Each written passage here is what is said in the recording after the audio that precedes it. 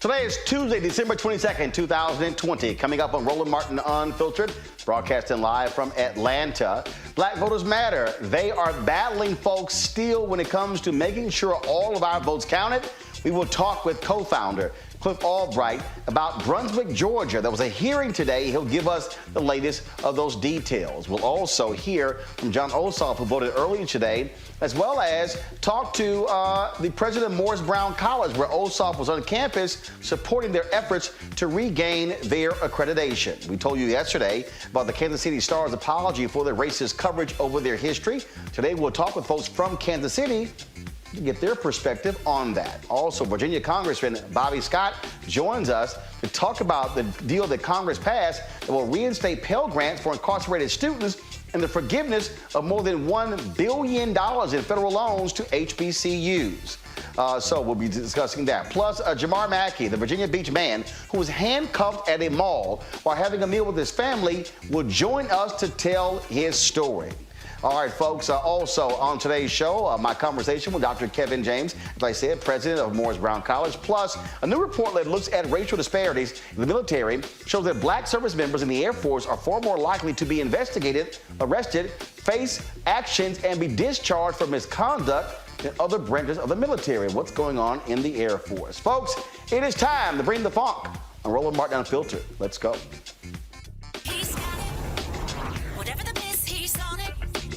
Whatever it is, he's got the scoop, the fact, the find. And when it breaks, he's right on time and it's rolling. Best believe he's knowing. Putting it down from sports to news to politics. With entertainment just for kicks, he's rolling. It's on go, roll, y'all. It's Roland Martin, yeah. Rolling with Roland now. He's funky, he's fresh, he's real, the best, you know he's Roland Martin now.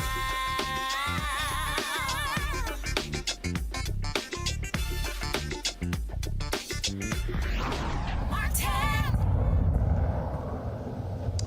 Anthony. All right, folks, here in Atlanta, we're broadcasting, of course, still covering the Georgia runoff here in Atlanta. We've been all over the state, and the folks, Black Voters Matter, they've also been all around this state as well. And what they have been doing is battling not just to get black folks registered, to get them to vote, but also how Republicans are trying to stymie black folks from voting. They were in Brunswick, Georgia today in an emergency hearing. Joining us right now is Cliff Albright, the co-founder of Black Voters Matter. Cliff, always glad to have you on Roland Martin Unfiltered. Always glad to be here, Roland. Thanks. All right, Cliff, so tell our folks exactly what happened today in Brunswick, Georgia. Yeah, so we were in Brunswick, Georgia on actually a pre-scheduled stop to do one of our regular events of doing a food and toy donation. When we found out last night that there was going to be an emergency hearing called because of these complaints that have been filed by this group called True the Vote, which is definitely a misnomer. This is a group, conservative and in many ways just outright racist group that has gone around even in previous election cycles trying to get voters purged from lists. What they're doing right now in Georgia is that they're saying they're going to file complaints in all 159 counties. But today in Glynn County, what was called was an emergency hearing because of what they had filed in Glynn County. For those who don't know, Glynn County is where Brunswick is, which is where Ahmaud Arbery was murdered and where the DA that tried to bury the case at first was recently voted out. And so that's why this county, like many others, is being targeted for this type of voter purge. So there was a court hearing today, which we attended. It was a three-person, it's really a five-person board of elections, but only three members were present. And the person from this organization, actually, it was a local representative, a former state representative who represents that area, was the person that was actually presenting the complaint in court. Then they allowed for some public comments. I spoke on behalf of not only Black Voters Matter, but also a coalition of organizations that had sent a letter from the Legal Defense Fund, as well as other organizational partners that we have from across the state. We sent a letter, and so I referenced the information in that letter, and I explained to them why it would be a violation of not just federal law, but state law for them to move forward and to consider this complaint. You're not allowed to have any kind of purging or cleansing of voter lists within 90 days of an election, let alone within 2 weeks of a federal election. So that on the face of it made it an irrelevant and frivolous claim. And so I let them know that, as well as some other issues. Some other local folks gave their public comments as well. And after very brief deliberations, the board decided to not find probable cause, which essentially meant that they would not be moving forward with this complaint from this group. Now, what folks also need to understand is that the judge also ruled that the Secretary of State should sit down with various civil rights groups, including Black Voter Matters, over the purging of folks from the voting rolls. We, of course, the Latasha Brown, and when we were, of course, in Savannah on Friday, she was at the state capitol. She posted some photos of that on her social media page. I'm going to show that in a moment. But Cliff, what is the status of that? Yeah, we still haven't heard back from the state on that. And so, what we're hoping is that the court will find that they're just in contempt of court. The court gave an order which basically said to work this out. We've done our due diligence trying to get them to respond by phone, by email, and as you referenced, even going down to the Capitol building to meet with the Secretary of State. They continue to fail to respond. And so what we're hoping is that the court will ultimately just find them in contempt and decide to rule in our favor. And with the remedy that we're seeking is that those voters, and again, this is a purge that goes back to 2019. This isn't a purge from this year, but the implications, the consequences of that purge are still being felt today, because we don't know how many of those 200,000 that were legally purged have not yet been re-registered. So the remedy we're seeking is that they automatically get re-registered. We don't want them to have to file anything, to call anybody, to jump through any hoops. They were purged illegally, and so we want them to automatically be put back on the rolls. They know who they purged. They know who they need to put back on, and that's what we're demanding. If the Secretary of State continues to hide and duck and dodge and try to avoid us, then we expect for the court to find them in contempt. And again, let me be real clear here. The courts ruled for y'all to sit down, and the Secretary of State has not even responded? He's ducking and dodging, Roland. They have not responded to repeated attempts to work this out as ordered by the court.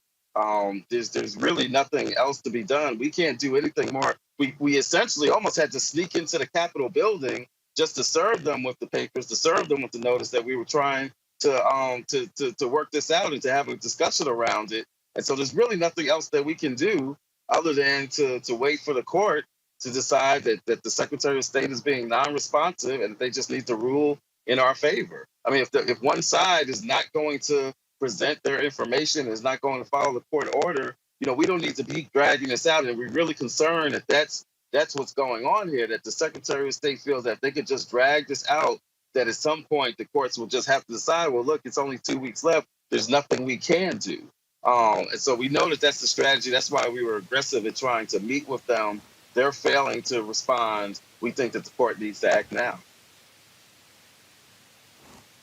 In fact, Cliff, I'm showing these are the photos that Latasha posted from 3 days ago, where, to your point about sneaking in, they were avoiding y'all, and y'all had to track them down to serve them with these papers. They did not actually want to meet with Black Voters Matter.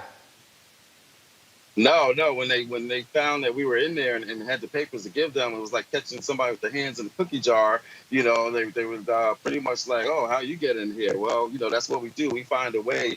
Whatever it is that we have to do to protect our folks' right to vote, we're going to make that happen. And whether that's going to the Capitol to serve them with papers, or whether that's showing up today in Glenn County to demand that these voters not be purged, and that they follow the law, that you can't do this kind of list maintenance within 90 days.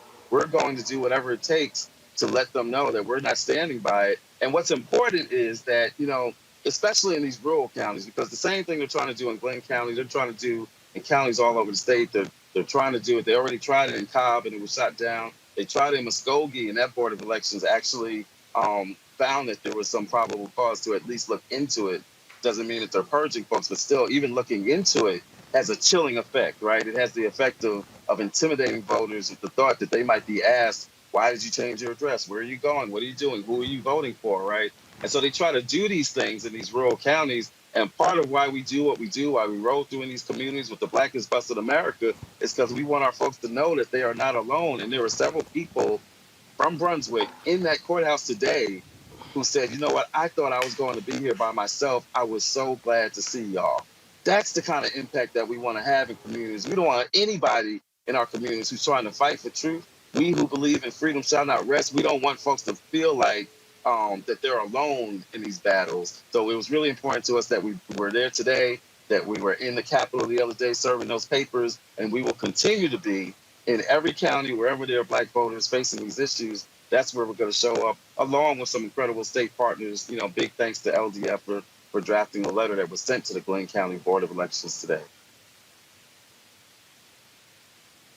And again, Cliff, that is the thing that means. So here we are in the middle of an election. We're sitting here trying to get folks out, and y'all are on the front lines just to make sure that Republicans in this state are not trying to intimidate Black voters, trying to suppress Black voters, because they clearly understand the power of the Black vote, and this is how they want to win. They do not want to win on the issues. They frankly want to win by cheating. Yeah, and it's and hilarious. I said that to them. They keep yelling, stop the steal. They keep yelling, stop the steal, but that's what they're trying to do. Right. The levels of hypocrisy are mind-blowing, right? And I mentioned that to them in my public comments to the Board of Elections today, because what they were trying to argue is that they don't know who these voters are, right? They're just doing this. They're just trying to clean the rolls. We don't know who's going to be impacted. We don't know what the race of the voters are. And what I told the Board of Elections is, look, we got to be honest here, right? We just got to deal with the reality. We know why they're doing this. They know who it is that would be purged by this. In the same breath that they were arguing that they know that these weren't military people, because they didn't want to act like they were trying to purge military. So they said, no, we researched it and these aren't military, and we researched it and these aren't students. So like I said to the Board of Elections, I said, you know what? They're telling us they know everything there is to know about these voters. They know whether they're military, whether they're students. They know their shoe size. They know what their favorite food is to eat. But somehow they want us to believe that they don't know their race. That doesn't make sense, right? That just flies in the face of everything that we know. We know why it is that they're doing this. We know that they're mad because Georgia flipped in November. We know that they're scared, as you said, that they're running scared because of the historic voter turnout that we've seen in the first week of early voting, plus the vote by mail. We know that they're scared because of the momentum. We know that they're mad because of what happened in Brunswick and Glenn County, where they got rid of the DA. This is why they're using these tactics, and especially in a place like Brunswick and Glenn County, we need not be naive about what's going on. In fact, one of the acts that I cited and that the LDF cited in the letter, this isn't just a violation of the Voting Rights Act or the Help America Vote Act. The intimidation that this represents goes to the 1871 Ku Klux Klan Act. And so I mentioned that in court in the hearing today, and I looked dead at the representative who was bringing this hearing when I referenced the KKK Act, because that's all that's going on. It is the same kind of intimidation. They want our voters to have to answer questions about why they're voting a certain way, or where they lived, or where they moved to, and all this stuff. That's intimidation, and we're not having it. That's what we're trying to do today. That's what we're trying to do with the lawsuit that we have against the Secretary of State. All right, then. Cliff Albright, we certainly appreciate it. Look, keep us abreast Whatever happens, y'all know y'all can come on here at any time to break this thing down, and we're going to keep, pressing and making it perfectly clear that we are watching and paying attention. Thank you so much, Roland. Be on the lookout. Valdosta's next up. We're fighting for that as well, too. And that's, in this case, thousands of voters at the potential ton of purge in Valdosta, Georgia. All right, then. All right, Cliff Albright, co-founder of Black Voters Matter. Thank you so very much. Thank you, Roland. All right, folks, last week, the first day of early voting, Raphael Warnock went to the polls, and he voted with Ambassador Andrew Young. Well, today, John Ossoff actually decided to go vote. We were there, and he actually had a little shout out for our folks who watched this show. So check this out. Hello to the whole Roland Martin.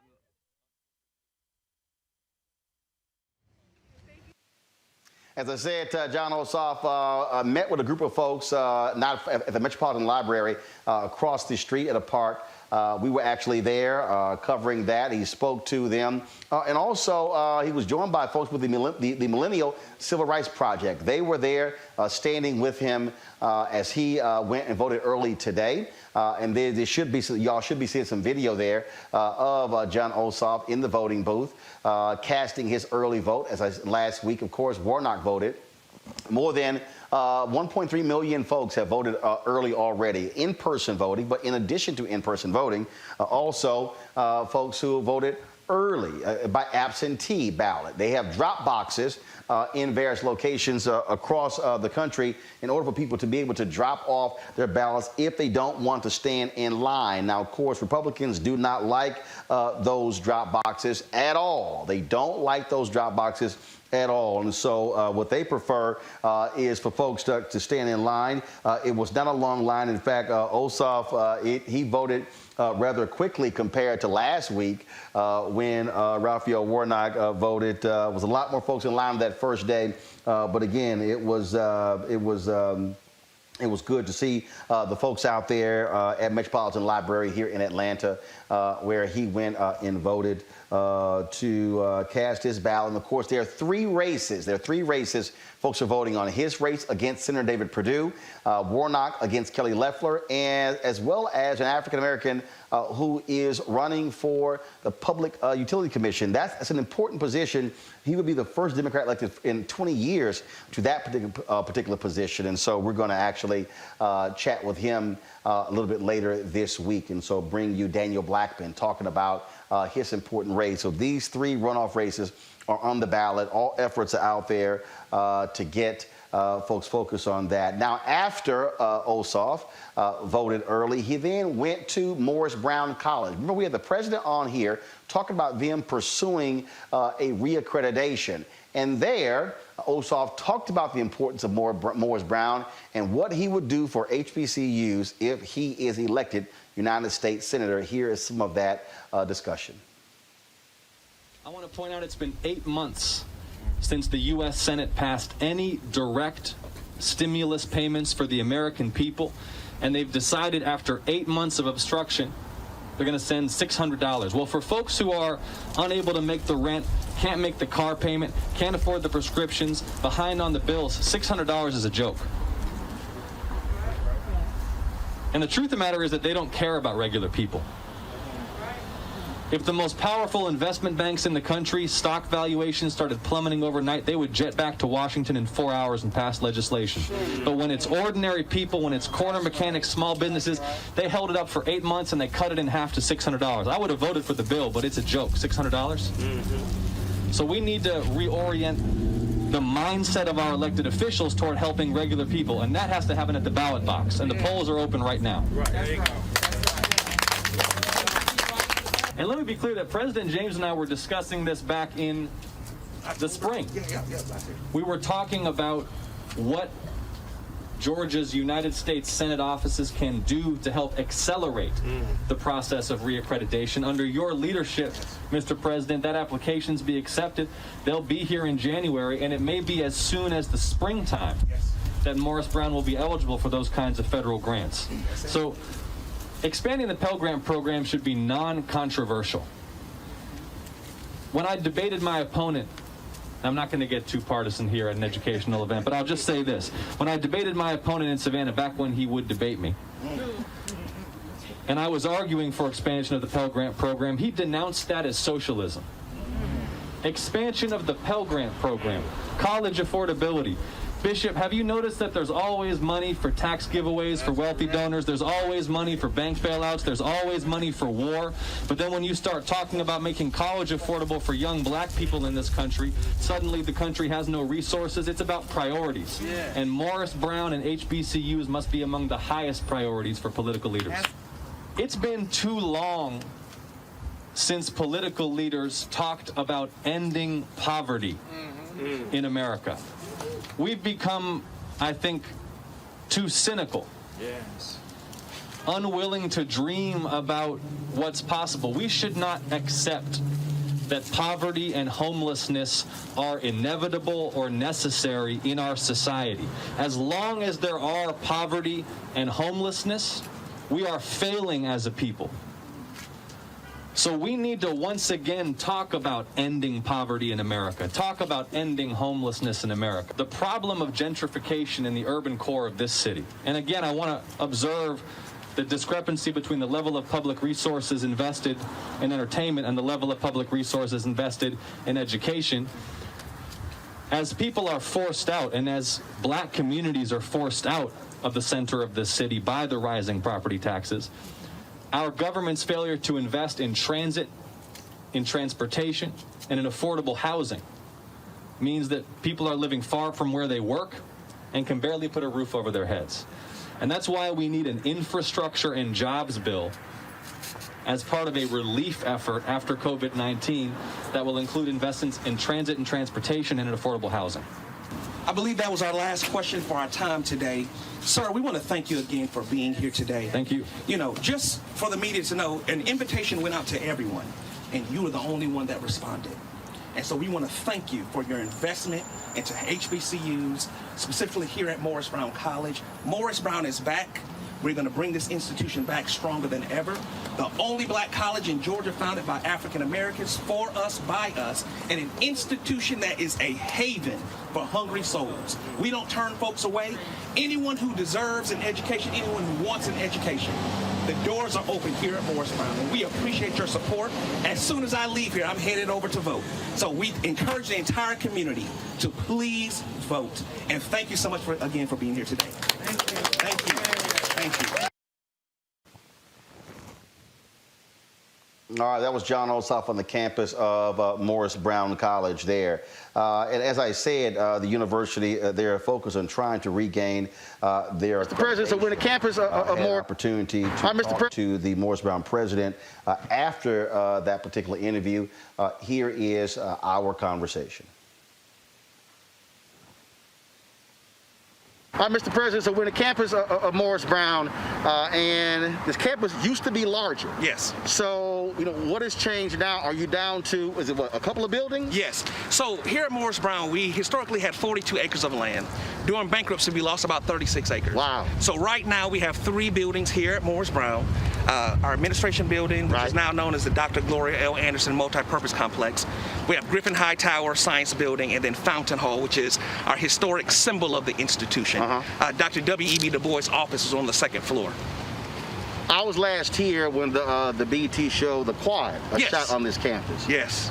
Now that you have the accreditation, what's the next step? Because obviously you had to sow land. Yes. So what's next with these 3 buildings? Is it refurbishing? So what's the next steps for Morris Brown? Yes. So we just refurbished this building, the multi-purpose complex. We're not fully accredited yet. Our application was approved, and they will be here in 2 weeks to come and look at the facilities for the on-site visit. Once we get through the visit, our goal is to be a candidate for accreditation in April. Okay. And so in a few months. Regarding these buildings, right now we're prepping to turn this building right here into a hotel. Okay. So we're going to tie it into our hospitality and management training program. So this right here, and then we're currently working on restoring Fountain Hall. All right. Now that's a historic landmark. It can never go anywhere. It will be here forever. But the whole point, the whole point of the accreditation is yes, you have to. Facilities are a huge part absolutely of accreditation. Absolutely. And so you turn that to the hotel. Now is that where, if you get the accreditation, where students will stay? Well, we're looking at some extended stay housing, but we're looking at housing options right now for our students. Online learning is going to be critically important for our restoration of the institution. And so that's going to be a part of it. And we're also looking at trying to get some of the land surrounding the institution back. Right. Yes. Okay. And so in terms of, if you talk about, okay, April, when do you think you will be back in full operation? Yes. As a fully accredited restored university? Well, after candidacy, which is the most important for us, we're eligible to apply for federal financial aid. That's the most important for us right now. After candidacy, it's somewhere between 3 to 5 years, or it could be somewhere between 2 to 5 years, just depending on how fast you get through proving everything that you need to prove. But Morris Brown, we intend on doing it very quickly. So you have, for folks who might say, look, why are you going through all of this? You've got Clark Atlanta, you've got Morehouse, you got Spelman. Folks can go there. Why invest money in this when you can actually consolidate to be able to serve the needs of students? Well, we're Morris Brown. We've been open since 1881, and we don't want to merge with any other institution. We want to fully restore this institution. You know, Morris Brown's very special. We're the only black college in the state that was founded by black people for black people. You know, nothing against any other institution, but we're the original for us, by us, and we want to continue to move this institution forward. The blood, sweat, and tears of our ancestors, we're not going to allow it to die. So we're going to continue to push forward as Morris Brown College. Are you still, in terms of what role does the church still play in Morris Brown? And for folks out there who are saying, okay, why haven't they done more to help the university to restore it? Well, actually, we are still affiliated with the AME Church. We're founded in the basement of Big Bethel AME Church. We are a AME Church affiliated institution. Now, regarding them helping us, they've absolutely helped us over the years. As a matter of fact, the only reason we're open today is because of the support of the AME Church. Most recently, they showed up and showed out by forgiving $4.2 million that we owed them so we can get accredited. And so they're still supporting us financially. They just, at homecoming, presented a check for $120,000 on behalf of the 6th District of the AME Church. So the AME Church definitely has been supportive, and we're going to continue our affiliation with them. All right, then. Well, we certainly appreciate it. Certainly keep us up to date. Yes, sir. What's happening with Morris Brown? Yes, sir. Thank you so much, sir. Thanks a bunch. I appreciate it. Thank you, man. All right. Thank you, guys. Let's go to our panel. Candace Kelly, legal analyst. Rena Shaw, the Lincoln Project Women's Coalition. Also Joseph Williams, senior editor, U.S. News and World Report. Candace, let's first start with our top story. The folks that Black Voters Matter are battling. What we are seeing in this state, even though we're in the middle of a runoff election, Republicans are desperate to win. They do not like the fact that Joe Biden won by less than 12,000 votes against Donald Trump. In fact, Republicans wanted to change the state law to impact the January 5th runoff. That is called voter suppression. Indeed, it is called voter suppression. And, you know, Cliff said a number of important things, but one of the most important things he said was that everything that they're trying to do in terms of going into the court system and actually, you know, legally trying to suppress voters is that they haven't met the lowest threshold at all, and that is probable cause. They haven't met that. All of these lawsuits are frivolous. And just as we've seen all of the other lawsuits that have been pushed back and put off and all the way up to the Supreme Court, we're going to see that here. We've seen that here. They have said it is a frivolous lawsuit. Another thing that we're looking at, and it seems to be a pattern of let's just do nothing by the Republicans. Let's not respond. Let's act like they're not there. This is why we saw Ossoff kind of, talk to an empty stage, because we had Perdue saying, I'm not even going to acknowledge him. I'm just going to pretend that he's not there. Just like President Trump, I'm going to pretend like I haven't lost. I'm just not going to say anything in terms of trying to acquiesce and say, hey, I happen to have lost. So we see a lot of the strategies at play here, but mostly we see that we have precedent and the fact that even though that they're trying to illegally suppress voters, they're not going to get away with it because precedent has already spoken and people are already on the ground fighting very, very hard, as we saw Latasha and Cliff, to find people to go and serve them to say, hey, this is not going to work out. Joseph, again, this is why the legal groups matter. This is why we have to stay hyper vigilant because, again, what Republicans want to do in this state, they want to shave off 1,000, 5, 10, 20, 30, 50,000 votes because they know this is going to be a very, very close runoff. Well, that's exactly right. And they do it in places where they think no one is looking, like Brunswick, Georgia, like some of the other counties that Cliff mentioned. But look, this is a battle that we've been fighting, as he also mentioned, since the 1800s. It has never stopped. It's a relentless battle. The only difference now is that there are courts that can handle this kind of thing, and it doesn't have to be settled with the gun at the ballot box, as they probably would have done if they were able to get away with it. But what's incredibly frustrating to me is the fact that this is an area of the country that we used to have protocols to keep them from doing things like purging voter rolls within 30 days of an election and passing new laws. That was the pre-clearance section of the Civil Rights Act, the Voting Rights Act, rather, that the Supreme Court gutted a couple of years ago. This would not be happening if that was still in place. But we do know that Republicans are really ready, willing, and able to do whatever it takes to win. They believe in power. They don't believe in democracy necessarily. And they are doing what they need to do right now. Georgia is very crucial, as we've discussed many times in this show. Win it, you win control of the Senate. Lose it, and the Democrats get to do execute their agenda to a certain degree. So for Republicans, it's a winner-take-all strategy. No stone left unturned, no holds barred. So I expect to see even more of that continued with the onslaught of propaganda that we've been seeing from national Democrats, or national Republicans, beg your pardon, to disparage Raphael Warnock and John Ossoff. It's already starting. It's going to get more intense as the election day nears. So there are going to be many, many battles to be fought on this front before the final vote is cast. This, Rena, is par for the course for Republicans, especially in this state. They can't handle losing, so therefore they want to cheat. Now, it's hilarious to hear them talking about steal the vote when that's literally what they are trying to do by stealing elections, by disenfranchising black people in this state and other states across the country. Well, Roland, I mean, I think when you're desperate, you're this desperate, you're going to call in the cavalry from other places. And I'm reminded by that very thing tonight when I read a story in the Atlanta Journal-Constitution, and it is appalling what the Georgia Republican Party is doing in partnering with a Texas-based group called True the Vote. They're an election watchdog group, and they're targeting voters whose names are showing up on USPS lists. Basically, our U.S. Postal Service has lists showing whose addresses have changed. Well, that's where True the Vote, this group, is going to say, basically, you know, here are the people we need to purge. They act like they're doing something that's necessary for democracy, but what they're really doing in challenging the eligibility of over 364,000 Georgian voters who've either moved is really a bold-faced, a really sad, bold-faced attempt to disqualify those ballots. What they're trying to do is make it so that those people have to fill out provisional ballots if they show up at the polls, and they've already been successful.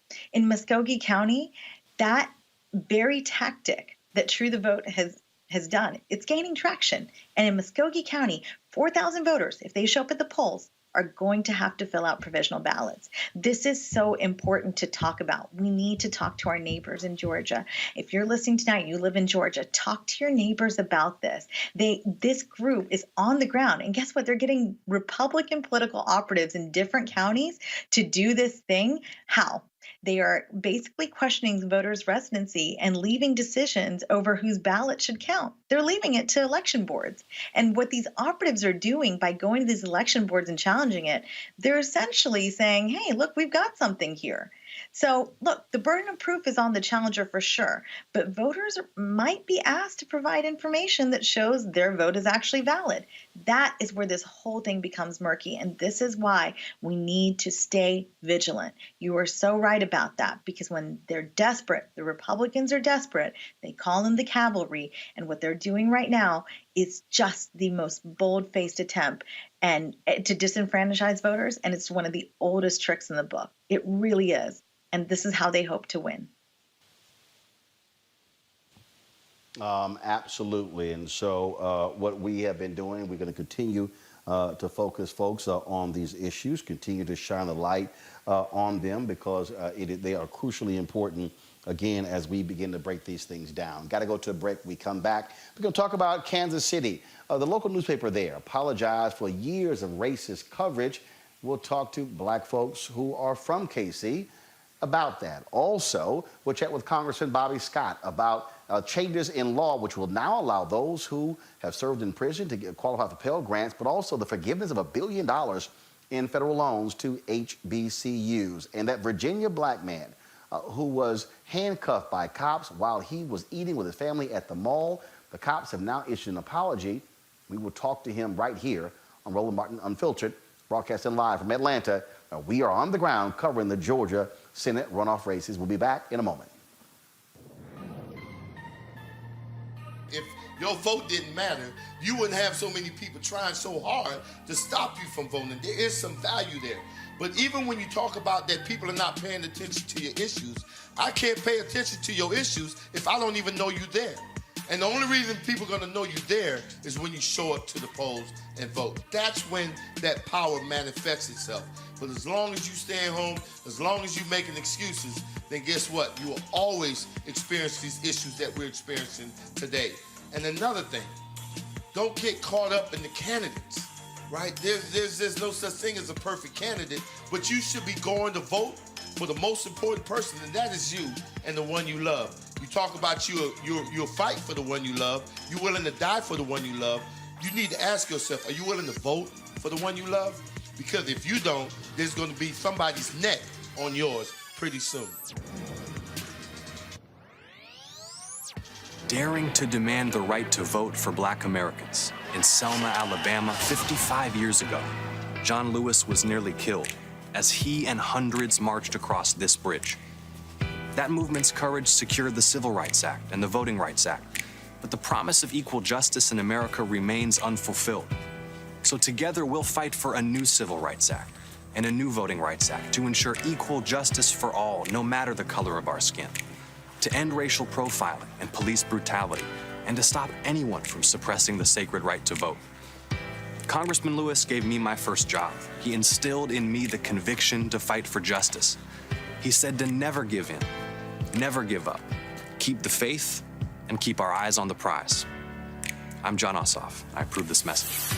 Too many people struggled, suffered, and died to make it possible for every American to exercise their right to vote. There's a lot of stuff to do this time of year.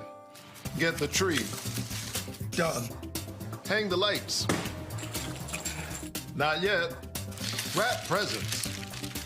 Check. But this year there's one extra thing to do. Vote. That's right. Early voting starts December 14th. So make voting part of your holiday plans. It'll probably take you less time than it'll take me to do this. I'm Raphael Warnock, and I approve this message. We learned early in Sunday school that thou shalt not steal, thou shalt not bear false witness, thou shalt not have no other gods before me. Raphael Warnock's opponent seems to have forgotten these basic Sunday school lessons. Her gods of greed, her lies about Pastor Warnock, and her shady Wall Street practices are evidence of this. And on January the 5th, let's bear witness that greed, lies, and shady dealings don't represent Georgia. Let's send Raphael Warnock to the U.S. Senate to fight for the least of these and not Wall Street billionaires.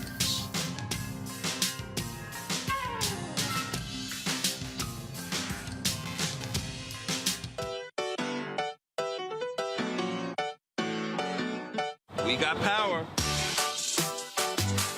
We're about to get ready to launch our We Got Power tour.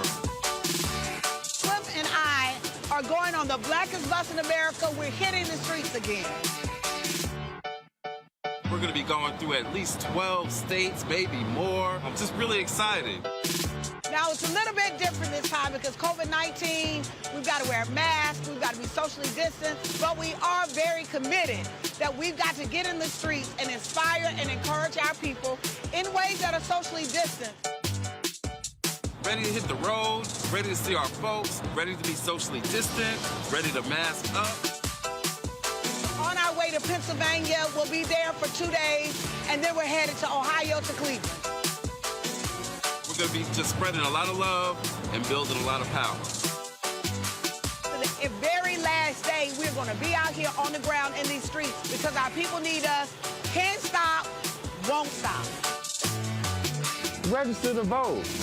You can even request your online vote by mail ballot by clicking the link or by scanning our QR code with your camera. Vote early.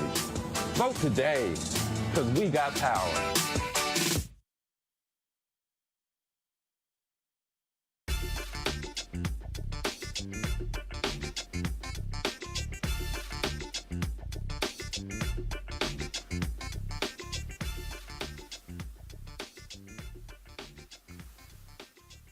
The Kansas City Star, the city's daily newspaper, apologized for years and years, decades of racist coverage against African Americans. How do black folks feel about that? Eric Weston is the managing editor of the Kansas City Call, the black newspaper there, and Sheila Brooks is CEO of DC-based SRB Communications and a native of Kansas City. Glad to have both of you. Eric, first and foremost, of course, the Call has been known for its coverage of the black community there, a historic black newspaper there. What do you make of this massive spread by the Kansas City Star and them looking inward, apologizing for decades of racist coverage targeting African Americans?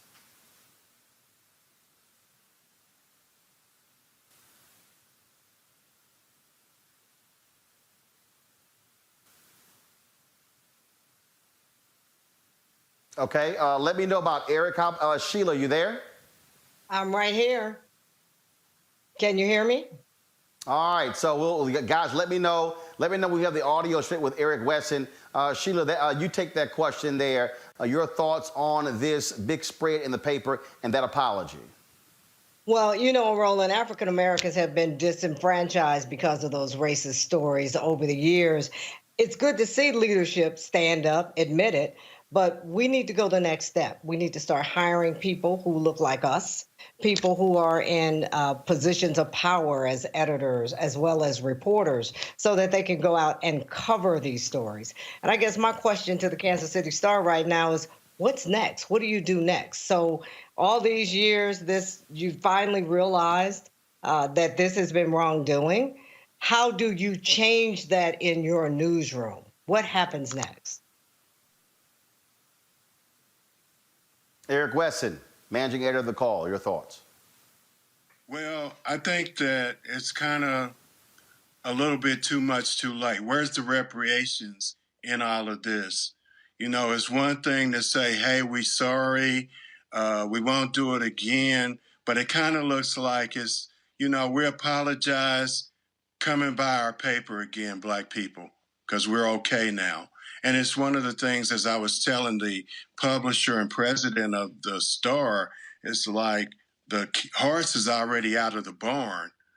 Now you close the gate and you think everything is okay, but the horse is still out of the barn. So how do you make amends for an advantage that you've had in disenfranchising a race of people for 143 years? Where do you make amends at? And that point you made there, Sheila, I think is a critical one while you're saying what's next. Because here's the paper examining its coverage. Now the question that, look, you're a longtime member of NABJ, National Association of Black Journalists, so am I. And our deal always, okay, now how do you look at inside? How do you now say this is the path we're going to chart forward when it comes to covering African Americans, when it comes to staffing, when it comes to things along those lines? No, you're absolutely right. And what's happening is we see all of this in the backdrop of all of the racial unrest in this country. But we've missed so many of our stories in the African American community in Kansas City, Missouri. Those achievements that so many of those leaders had and aspirations and milestones. And now we're saying, okay, we're sorry, but how do you move forward? What are you going to do different in that newsroom? How do you go about getting the coverage right this time? And the way to start that is certainly to have African Americans who are editors, who are reporters, who are out covering stories, and who are part of the news gathering process. That's what makes changes in the newsroom. And it can't just be, oh, we're going to hire 1 or 2 people to make this happen. There has to be a complete overhaul of that newsroom. I agree with that. Eric, obviously, you're there with Eric. Go ahead. Eric, go ahead. And I agree with that. And this morning in our conversation, it was, well, you know, we hired a black editor now, so he's going to go out and we have this advisory board. And I'm thinking, why do you have to have an advisory board to tell you how to connect to the black community when you're here in the black community? I mean, I don't understand what that is. And I think a lot of reparations need to be made with that. But what was your question? No, I mean, that in terms of picking up on that, because at the end of the day, that's really how, if you want to talk about this is what we did in the past, really the question is how you're charting a new future. And the reality is, let's just cut to the chase. White folks have no clue on how to appropriately cover black folks. And what they do is you also can't just say, yeah, we hired one. It's a hell of a lot of talented black journalists out there. And you got to have editors with guts to say, we're not just going to hire one, we're going to actually hire more than that, and also make non-black staffers understand you've got to integrate African Americans into every single thing that you do, whether it's sports, entertainment, business, culture, lifestyle, food, you name it. That has to be the mission. And it has to be, that's being intentional. And that's what has to happen. You have to be intentional about your news coverage. And that has not happened at the Kansas City Star, or for that matter, so many other media organizations in this country. And now, in the backdrop of the racial unrest in this country, everybody steps, whether it's newspapers or other media outlets, major corporations, major advertising agencies, global as well as national. And everybody's saying, oh, we're going to hire these DEI folks. That's not going to do it, folks.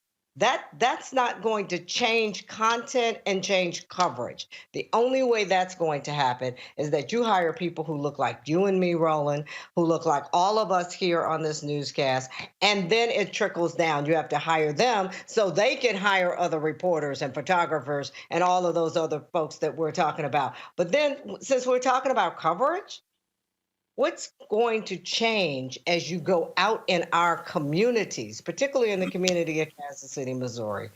What's going to change in order to bring back the kind of positive coverage now, not the negative coverage, not what has happened over all these years in the past?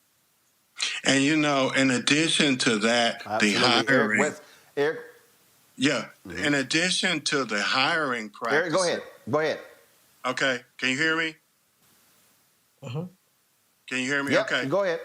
In addition to the hiring practices, it also has to be an effort made to get that next generation of reporters. And one of the things that I suggested to them was, let's do some scholarships. When I was a member of the KCABJ, I can remember the Star buying us some coffee and donuts maybe once or twice for a meeting. But where's the outreach? Where's it going into Lincoln College Prep School, Central High School, motivating and inspiring the next generation of journalists to come in to write about it? We had a flood here several years ago, well, about a decade ago. It mentioned the damage that it did to the black community in passing. Every other story on there was about the damage that it did to the plaza.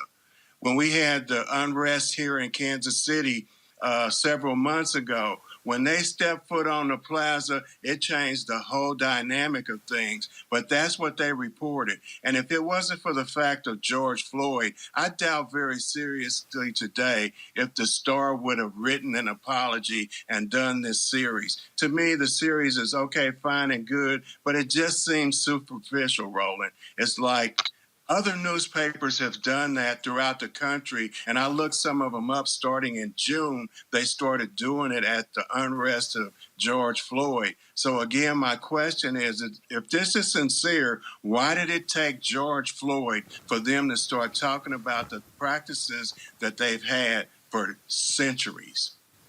That's my problem. Where do we go from here? What do we do? This all seems good and it come by y'all moment, and they gonna go to bed and feel good saying, hey, you know, we trying to do something better, but where's the fruits of your labor at? And you know, Roland, it is no longer a nice to have. Sheila Brooks, final comment. Yes, it's no longer a nice to have one African American that's an editor or a reporter. It's a moral obligation. No longer do we want to hear about talking the talk. We want to see them walk the walk. And you can do that. Partner with the National Association of Black Journalists. If you're looking for talented African Americans, we know how to find them if you don't. Absolutely. Absolutely. Ain't that hard. Sheila Brooks, Eric Weston, we certainly appreciate it. Thank you so very much. All right, okay, thank you, Roland. Joseph Williams, I want to start with you. What the Kansas City Star has done, it's important. This is what other newspapers should do as well. Go into the history. The New York Times did that when it came to the obits they did on African Americans. This is all a part of the reckoning, dealing with the history of race in this country and the role that media has played in fostering racism, white supremacy, bigotry in America. Well, yeah, exactly. And part of the problem that I have with the series, I mean, yeah, absolutely, it is fine to get reckoning, put your cards on the table, talk about what you have done. However, it is superficial. There is no plan going forward. And you and I both know, proud NABJ member right here. I used to work for the Richmond Times-Dispatch. The Richmond Times-Dispatch. Now, if they don't have some reckoning to do, I don't know what paper does. And they have not yet even come close to doing anything like that. So I think that they not only do have to reckon with the past, which a lot of people are not going to be happy about. They don't want to hear these sort of things. They feel like the past needs to stay in the past, but you can't move forward unless you know what the history is. And I think that it's a good starting point. They need to partner up with NABJ. They need to run scholarship programs. They need to recruit from HBCUs. My own paper, the organization that I work for right now, U.S. News and World Report, we have had a problem with this. And that is one of the things that I brought to their feet, is we need to recruit internships. We need to recruit interns from Howard University right down the street. Not an intern has ever come from Howard J School. So there are things that it can do. It's low-hanging fruit. It's really, really easy. One other point that I do want to make is that the failure of the mainstream media back in those days and continuing in these days led to the rise of the black press. And you yourself, as a former executive editor of the Chicago Defender, one of the proudest newspapers in the history of the black press, it gave rise to those sorts of things that needs to be rebuilt. We need to have a black press on the scene because we know that the influence of white media is fairly limited, and they're only going to do the least that they can do. That is certainly the case there. So you absolutely nailed it. Folks, congressional leaders have struck a deal to reinstate Pell Grants for incarcerated folks. Why is this important? This is important because in the 1994 crime bill, this whole tough on crime deal, that's where that money was pulled. For 26 years, Pell Grants have been withheld from nearly 1.5 million people in state and federal prisons. Now, the proposed change would grant incarcerated students eligibility to use federal dollars to pay for college while in prison. In addition to this, Congress has also moved forward to forgive more than $1 billion in loans to HBCUs. Joining us right now is Virginia Congressman Bobby Scott, who is a strong advocate for education. Congressman Scott, glad to have you back on Roland Martin Unfiltered. Good to see you, Roland. Can you hear me? Folks who don't quite understand how, I can hear you just fine, sir.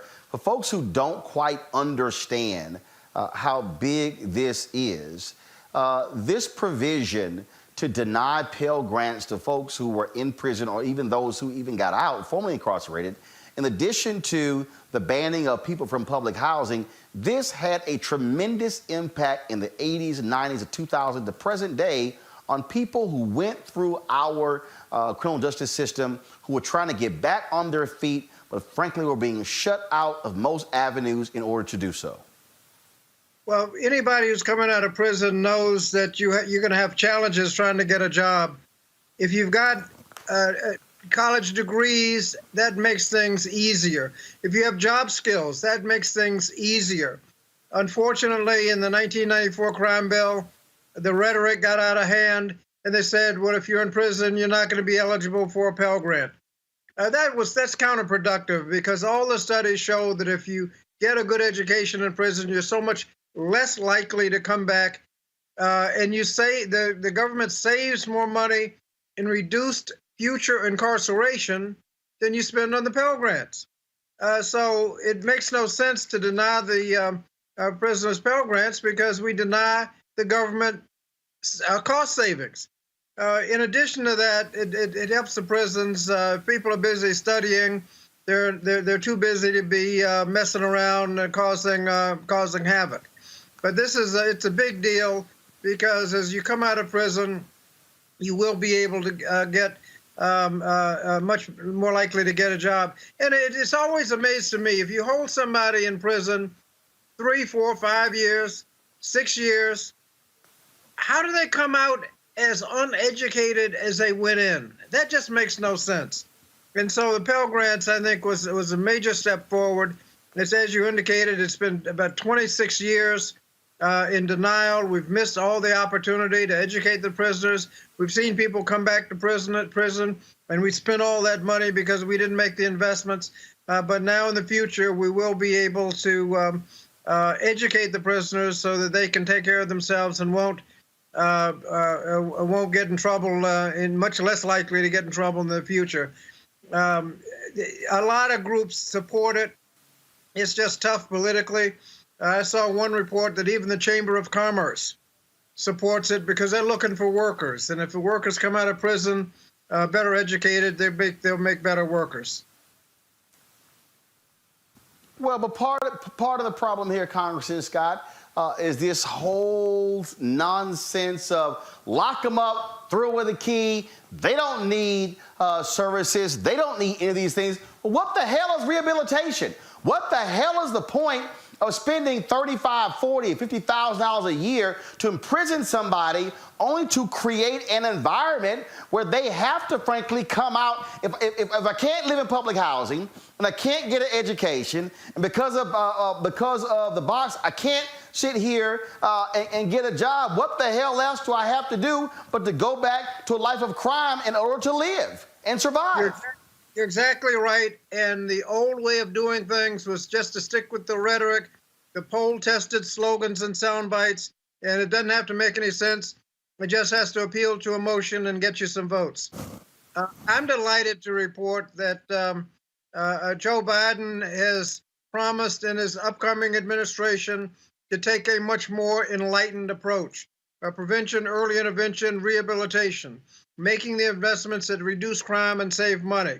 If you look at the Democratic platform, you'll see major investments in rehabilitation to make sure that people who go to prison come out much better educated than they went in, much less likely to commit a crime than they were when they were arrested. So I'm looking forward to a change in direction. In 1994, it was all slogans and sound bites. That was just the politics of the day. There's nothing you can do about it. That's just how people were. You argue, you give them statistics. They weren't interested. Now I think there's an appetite for doing things that make sense. And I'm looking forward to what's about 30 days when Joe Biden gets sworn in. We'll be able to take a different approach. Congressman, I do want to ask you about this here, to speak about this forgiveness of $1 billion in loans to HBCUs. That is certainly good news for the nation's HBCUs. Well, another thing that, as you've indicated in the bill, is loan forgiveness for HBCUs under the Capital Loan Program. Many have desperately needed the funds and borrowed the money and made capital improvements. the pandemic has come. They're all under severe financial stress, and now these loans are causing problems. The accreditation of colleges is to a certain extent based on your financial security. And if you have financial stress, you may lose your accreditation. And so this loan forgiveness will go a long way in helping the colleges not only get a much better cash flow, because the money that would be going to pay on loans can be going to scholarships and programs, but it also makes their bottom line look a lot better. This is something that the colleges have been looking for several years, and we're just delighted that we could get this in the COVID relief package. It's over $1 billion. It's over $1 billion.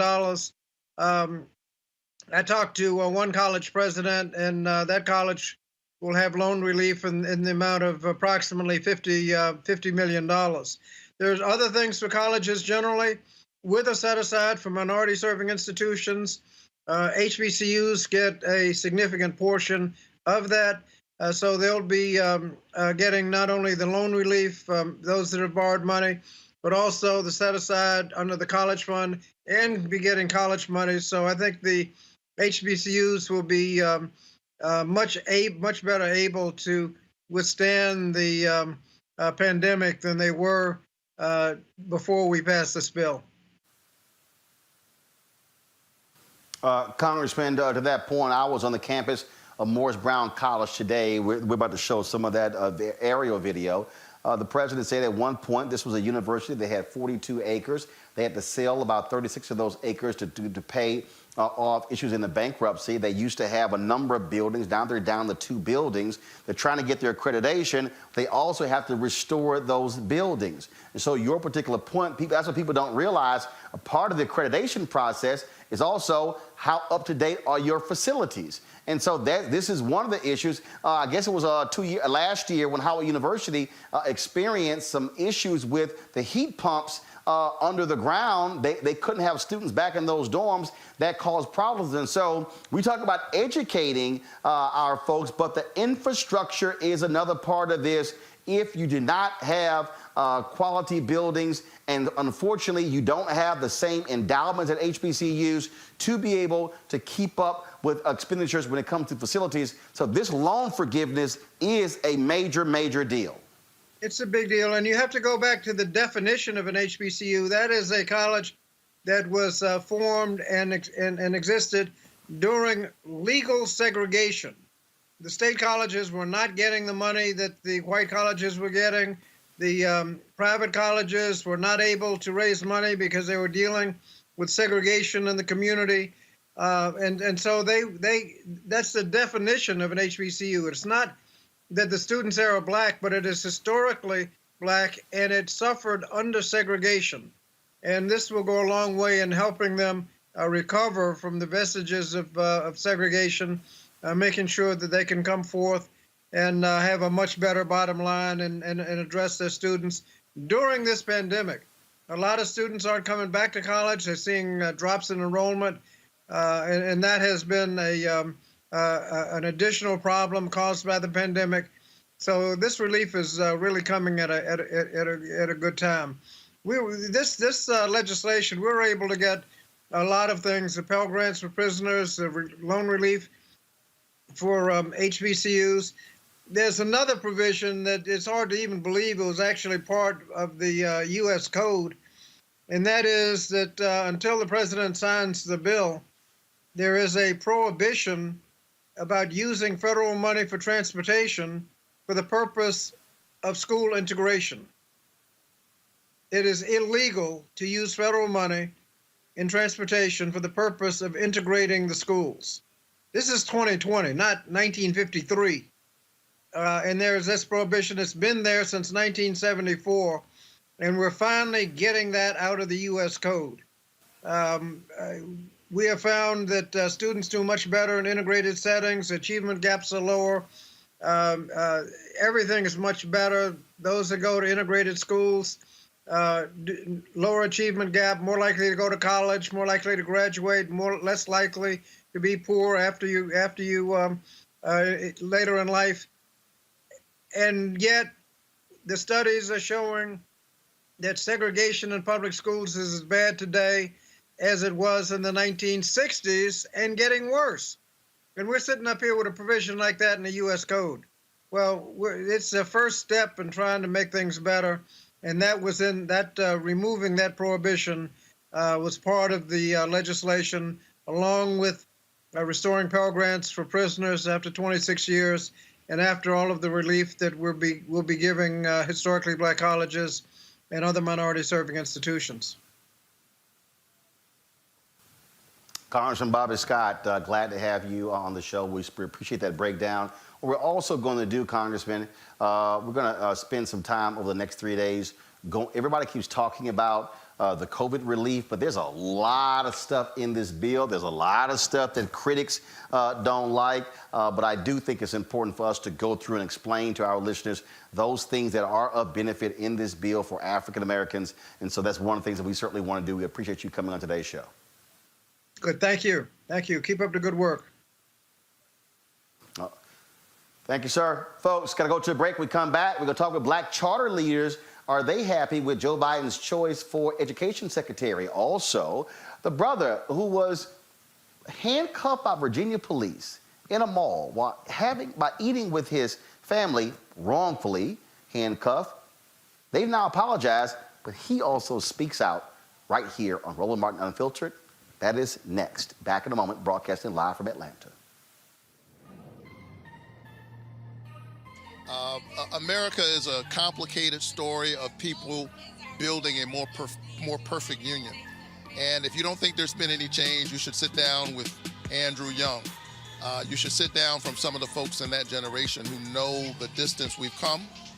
And as we continue to push hard, change comes. The other side knows your power. The other side knows your voice. That's why they're engaged in voter suppression. If you weren't so powerful, they wouldn't be trying so hard to stop you from voting. And so you ought to stand up in this defining moment in American history and win the future for all of our children. We're at Mom's Kitchen in Preston, Georgia. It's a family business. I enjoy making people happy, giving them a good meal. But since COVID, we had to close our main dining room. We lost all of that business. And we used to do a lot of caterings. We can't do any of that anymore. David Perdue knew what was about to happen. He was getting classified briefings about the pandemic. But instead of him being concerned about us, he off selling stock. We had no idea we'd have to close our businesses off. We'd lose caterings, and so many people died. And then when we needed help the most, he fought against the stimulus checks and to cut unemployment insurance. Purdue needs to come out and Ossoff in. Early voting starts December 14th. You got to make a plan to vote. I'm John Ossoff, and I approve this message.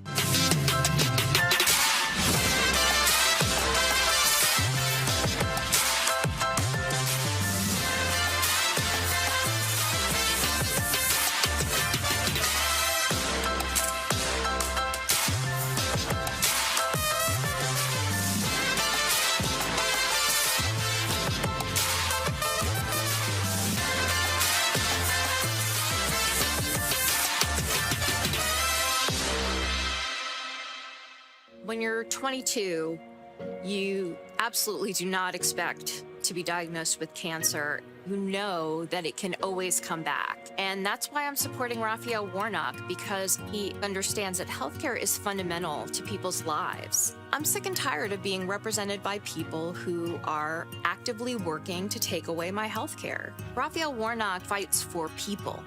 That's what he cares about. I'm Raphael Warnock, and I approve this message. Georgia, you're not just voting for you. No, you're voting for me too. Georgia, I got you on my mind. You have got a chance today to keep the U in USA. Oh, Georgia, say, can you see? You could save my democracy. Oh, Georgia, you're not just voting for you. No, you're voting for me too. Georgia, you're not just voting for you. No, you're voting for me too. I know you gotta be tired of washing hands and wearing masks, but you could save the planet's ass. Oh, Georgia, we're all waiting to see if you've left the Confederacy. Well, welcome to the 21st century. No, you're voting for me too. You could sit around and mope and say, oh, what's the difference? Or you could just get out and vote. Just 2 senators in blue. Georgia, you know what to do. Georgia, you're not just voting for you. No, you're voting for me too. No, Georgia, put love back in the world. Who better than a fine Southern girl? Well, Georgia, come on and give it a whirl, 'cause you're voting for me too. Yes, you're voting for me too. Make January 5th a belated Christmas gift. Georgia, you know what to do. QAnon conspiracies, vote that crap away from me. Georgia, you know what to do. Georgia.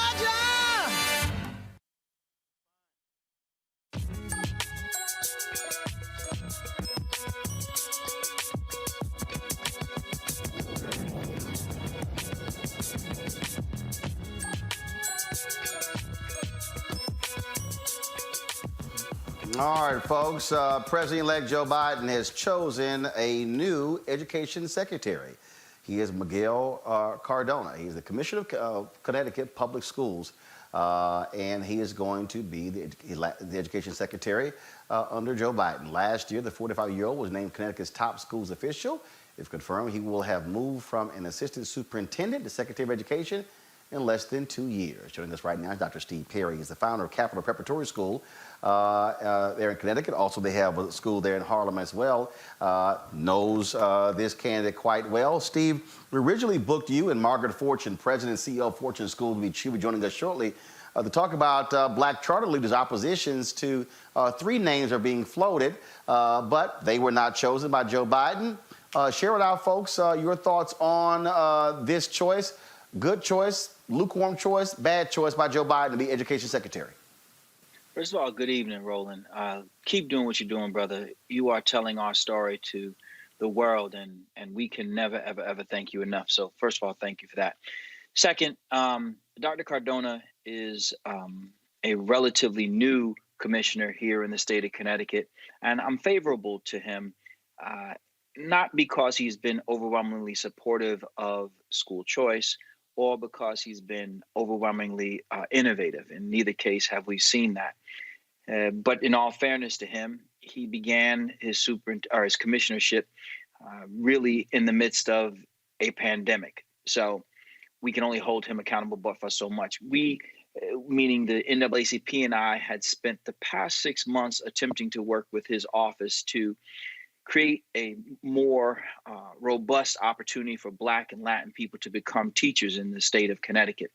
And his office has not been especially effective at executing that, which is terribly disappointing. But my hope is that when he goes to Washington, that he will pick up the mantle of this opportunity and create more spaces for Black and Latin people to become teachers in the United States of America. Margaret Fortune with Fortune Schools out of the West Coast. She joins us via phone. Margaret, your thoughts on this new pick to be education secretary? Well, Roland, I think it represents the President-elect Biden stepping out of the fire of picking a union leader, frankly. You know, just a few weeks ago, we understood that Lily Eccleston Garcia, the past president of NEA, was the lead candidate with the support of the Hispanic caucus, and the Hispanic caucus shifted and now supports Dr. Miguel Cardona. I think that's a good sign for school reformers across the country that Biden is not looking to pick that particular fight. at confirmation.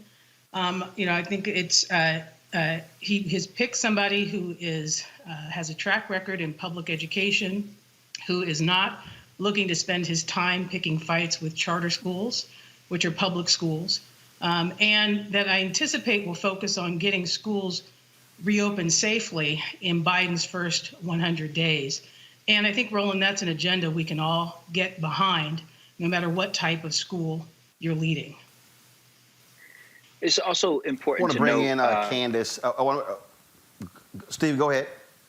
It's also important to note that Dr. Cardona went to a school of choice when he was in high school. He went to a vocational technical school. He did not go to his neighborhood school, which is an important distinction because I think he understands how when a child is given the opportunity to attend the school that is best for them, how it could put them on the path to live their dream. And he would appear to be living his. So he has the capacity to have the empathy towards those of us who seek the opportunity for children to choose the best school for them. I want to bring in Candace and Rena, two of my panelists. I want to get their thoughts on this pick by Joe Biden. Candace, I want to start with you. Jeffrey Canada was one of the folks, his name was being mentioned.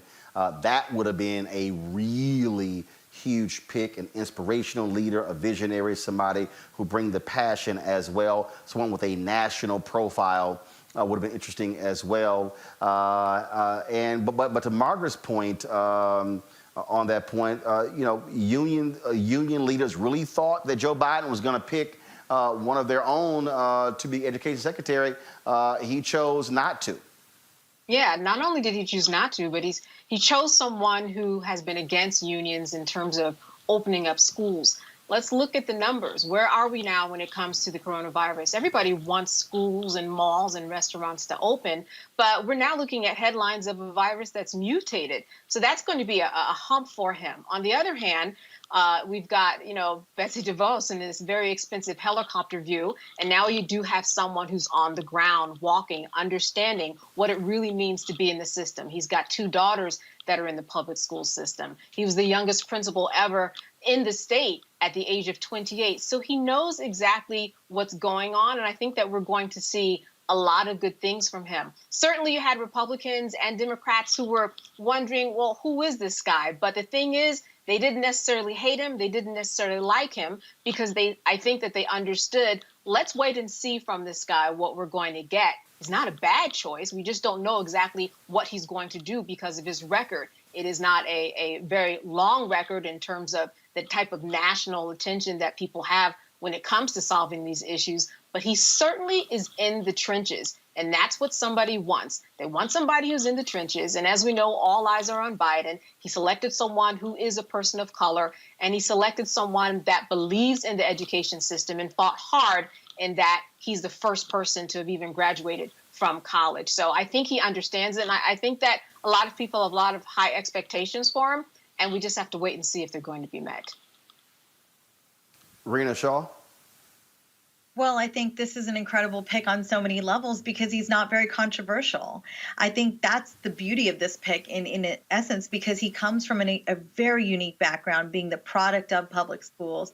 As Candace mentioned, somebody who at 27 was the youngest principal of schools in Connecticut in the entire state.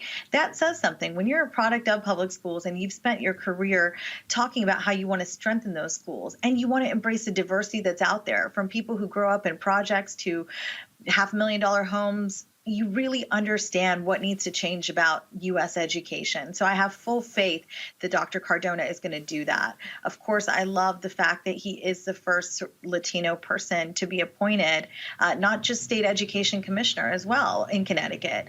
And so this Biden pick, I fully believe, is strong because it really goes back again to Biden really wanting to be a unifier in these picks, really wanting to be somebody who finds people that really, I believe, can work in that moderate middle lane, bringing people together. And I think it's best evidenced by people who ran charter schools in Connecticut.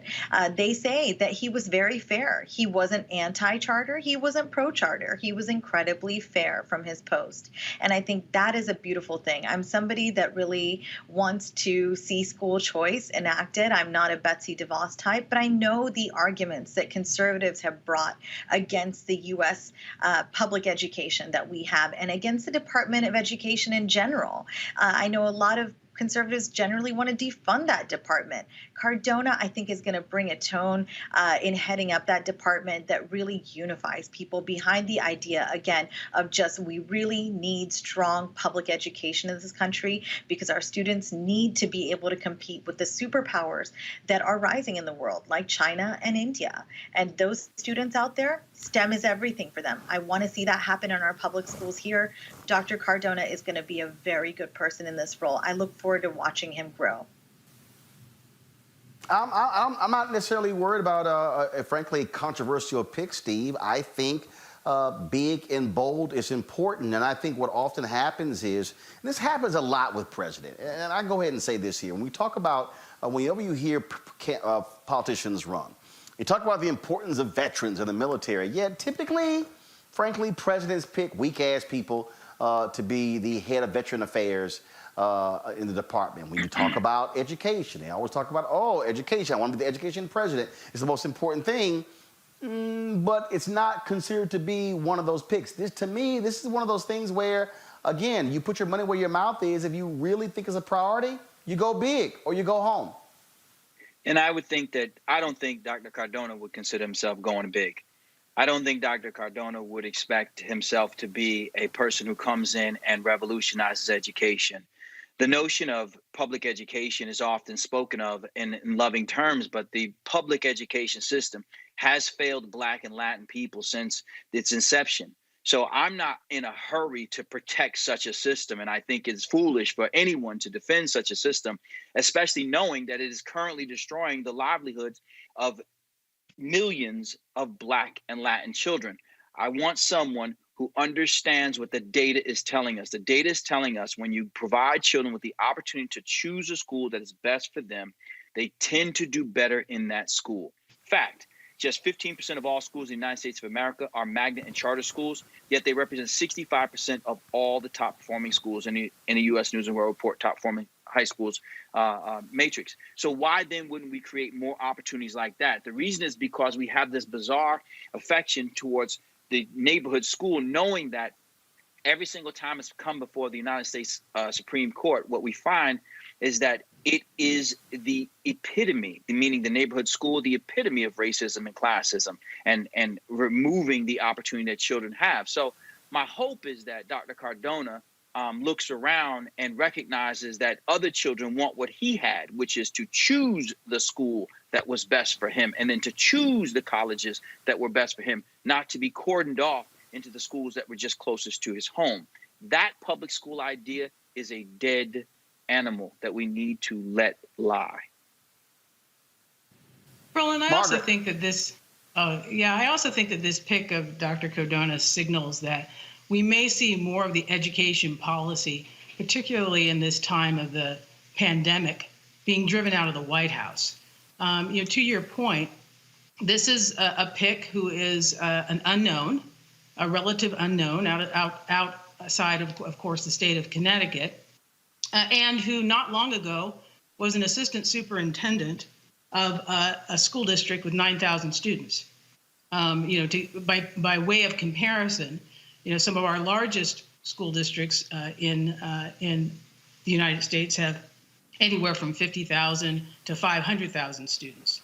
So this is not a pick that I see really driving policy, but maybe somebody who would be executing policy that is driven out of the White House. There are a lot that say that Dr. Jill Biden, given her role as an educator, will have an outsized influence in education policy in America. We'll see what that looks like. Does it look like Hillary Clinton with healthcare policy? If it does, we hope that she will fare better than that. We also want to point out that the Biden transition team has been going through great lengths to have stakeholder meetings in the area of education. I've had the opportunity to participate in 2 such meetings.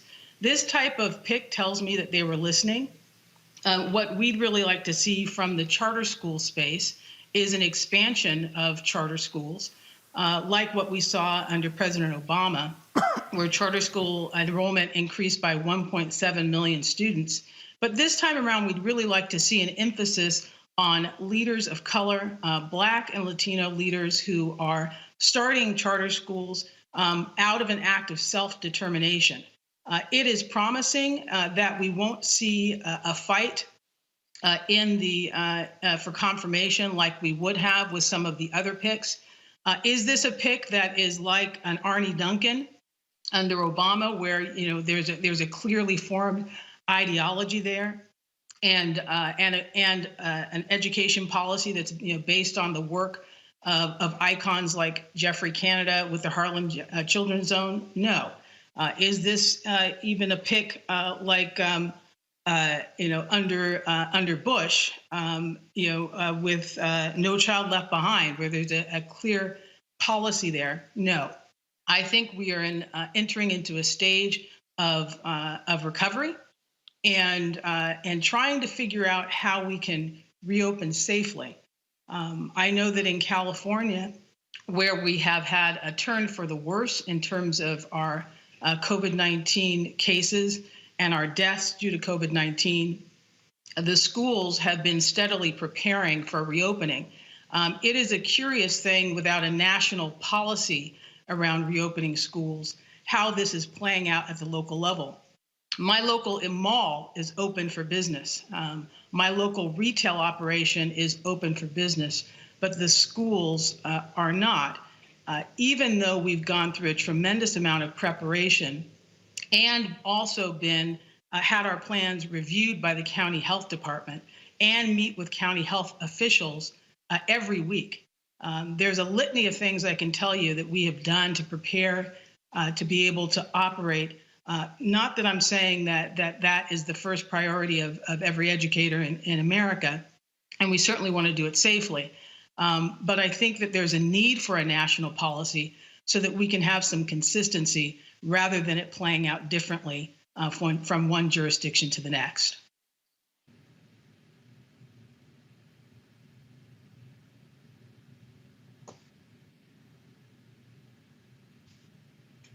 Sorry, you went out, Roland. Steve, what do you want to see from this pick? What I would like to see from this pick is for him to think boldly, to understand that each child deserves an opportunity to expand their opportunity beyond their neighborhood. And so I would like for him to take a look at the race to the top and understand that that is the most powerful holdover from the Obama administration. It changed the lives of literally millions of families simply by creating incentives within the State Department, the Department of Education, whereby people could gain access to revenue were they to create opportunities within their respective states. It's that kind of expectation that I have of him. He knows what it is that he needs to do in that space, and my hope is that he looks across the nation and recognizes the opportunity that he has. Candace and Rena. Rena, you said you were excited to see what he does. Out of all the things this pick to focus on, what do you want him to focus on as education secretary? Well, I'm very much in line with Dr. Perry right there. With two very young children, my daughter just turned 5 last month, and so therefore she's not eligible to start kindergarten until next fall. I've been thinking a lot about what I will do with my now 5-year-old come January. It is very frustrating for a parent like me to have balance a 5-year-old and a 2.5-year-old at home. All this year, virtual learning has not worked for either of my children. Them not having an education virtually or in person, I have seen has been a detriment. It has put the onus on me as a parent to really figure out what my child needs. And so I, again, very strong proponent of school choice here, but it has really changed my attitude about what our schools do, how they function. So I'm right there with Dr. Perry on what he wants from this pick. I think there is evidence in the now Secretary of Education's past in Connecticut to show that he is somebody that does want school choice. I think, again, you just have to read between the lines. You have to look at his very short tenure to see what he's done in Connecticut. It is small, but I'm encouraged that he understands diversity. That really matters. Again, when we're talking about Black and Latino students. I'm, of course, from the Asian American community. We are a very different community when we talk about education. Our immigrant parents come here, and it is just a totally different ballgame for us. So by no means am I equating what the Asian American experience is with Black and Latino students. This is something, the problem is, I think Arnie Duncan has written about it just recently. Speaking of, I know he's just written an op-ed about how education is changing at such a fast pace. That is incredibly difficult, and that is what this now Secretary of Education is going to have to keep up with. But one thing I see in Biden choosing him and being married to Dr. Jill Biden, who is at the community college level, actually just near my home here in Northern Virginia, is where she'll teach. But I think what I see here is him sort of saying Dr. Jill Biden's going to steer the ship when it comes to the higher education stuff. We know that Biden really likes sweeping reforms, such as finding a way to make college tuition free for those earning under $125,000. I believe those families. He wants that for those college students. But I also see in this pick of Dr. Cardona is Biden saying, let's really focus on reopening. And that's all I've heard, Roland, from the longest time from the right is reopen our schools. And so that's why I'm sort of led to believe that this is a good approach. This is probably the best pick for the moment. Candace. Well, I think that reopening schools is one of those things that continues to be hotly debated. As I said before, with the virus mutating so much, the virus is really in charge. But on the other hand, in terms of here are some of the things I want to see Dr. Cardona do. I want to see him go in and change what we see in the school system when it comes to diversity. And I mean that in terms of teachers. I mean that in terms of what these classrooms look like. Because let's take New York City, for example. We see that the mayor has changed school choice and programs in that regard so that people can go where they want to, that they're not confined by maybe some type of geographic destination. They're not confined by the gentrification that's taking over so many neighborhoods, because when that happens, we still see that the classrooms are either mostly all white or mostly all black. And this doesn't make any sense, because when that happens, we see the level of education change. So I think that he knows first and foremost what it means to be a minority in this country and what it means to have a school teacher that looks like you, that talks like you, and that can actually instill, words of wisdom and hope for someone that is a brown or black child in America. And that's going to change everything. We talked before about what do these newsrooms look like. It's going to change that, because then we're going to start with younger people and we're going to tell them, you can be a journalist. We're going to tell them, this is what you need to do. So it all ties into each other, but diversifying these classrooms has got to be key. It just has to be key. Roland, this is one of the areas that Dr. Cardona has fallen short of. In fact, while almost 40% of the children who attend Connecticut's public schools are Black or Latino, only 4% of the state's teachers are Black. Only 4% of the state's teachers are Black under a commissioner who is Latino. He was presented by the NAACP a well thought out strategy to create more opportunities that his team said would in fact increase the number of Black and Latin people who currently teach within 12 months. And we were not able to get it done. So this is not me talking about what I think. This is me participating in those conversations over the past 6 months. And so simply because a person is of color, it does not mean that they're going to necessarily move forward the agenda of people of color. It is our obligation as people of color and our allies to make sure that we hold this brother to account, to make sure that he does what is necessary to create the route to becoming a teacher. So specifically, one of the things that we talked about is in Connecticut, in order to become an elementary school teacher, you have to pass 5 practice examinations. 5. Why?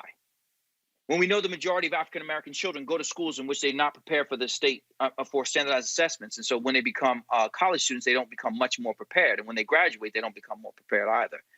So we need to push Dr. Cardona to put his policies where he says his heart is, which in this case, I have firsthand account that this is an area where he has not met the expectations of the community and could, either before leaving the state of Connecticut and or upon arriving in Washington, D.C., make it his business. This is not a charter conversation. This is not a magnet conversation. This is not even a school choice conversation.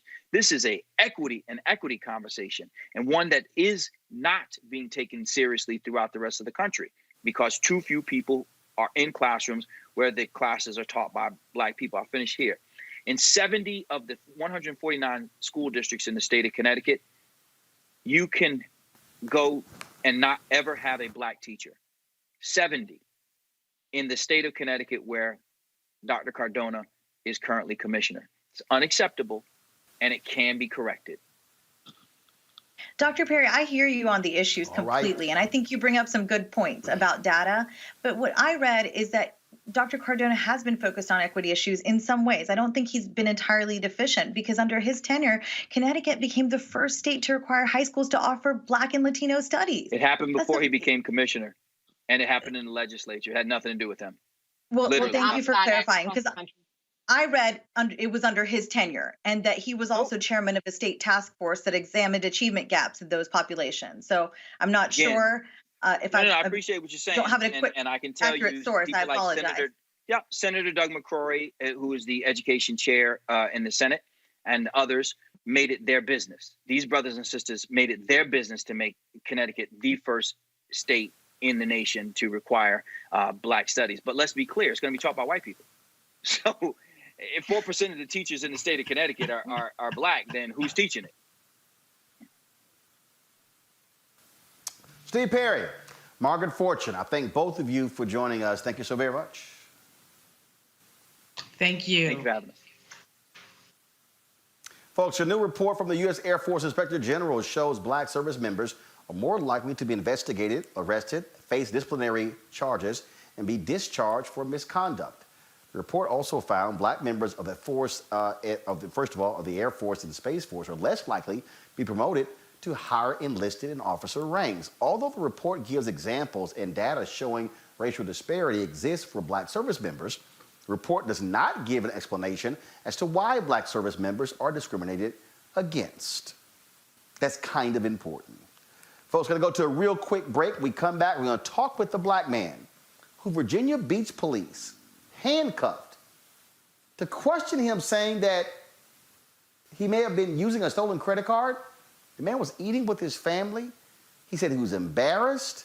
Well, he joins us next to share his thoughts, and we'll have his reaction to the police issuing an apology to him. That is next on Roland Martin Unfiltered, broadcasting live from Atlanta, where we are covering the Georgia Senate runoff races. We'll be back in a moment. This generation, which gets so much inspiration from entertainment, you know, this generation is influenced. I mean, every generation has their influence. But I would argue, by and large, when you talk about Harry Belafonte, or you talk about, you know, how it was, you know, in the 60s, 70s, and even 80s, there was, you know, you had the entertainers, you had the church, you had the activists. In our day and time, you know, the church is somewhat losing its influence. Entertainment influence is growing. The activists are losing their influence. So where do most, you know, this younger generation go? They go to entertainment. You know, and so the influencers' entertainment can actually move the needle. And when you see people become active, I love how this younger group of people are saying, wait a minute, we don't like what just happened with Kavanaugh. We're going to do something about it. We don't like the fact that there's no gun control. We're going to do something about it. And I do think that as tragic as these events are, they are becoming more galvanizing to get this younger group of voters, which is so influential, to get out and do what we know they can do, which is to help move the needle in a massive way.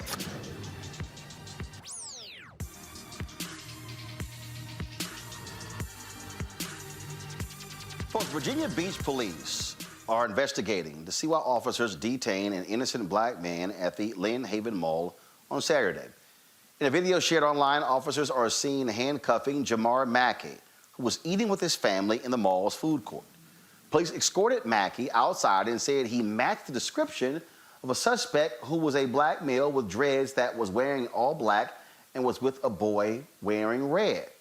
His wife shot this video folks, again, if this is triggering for you, please turn away. It's 5 minutes and 11 seconds.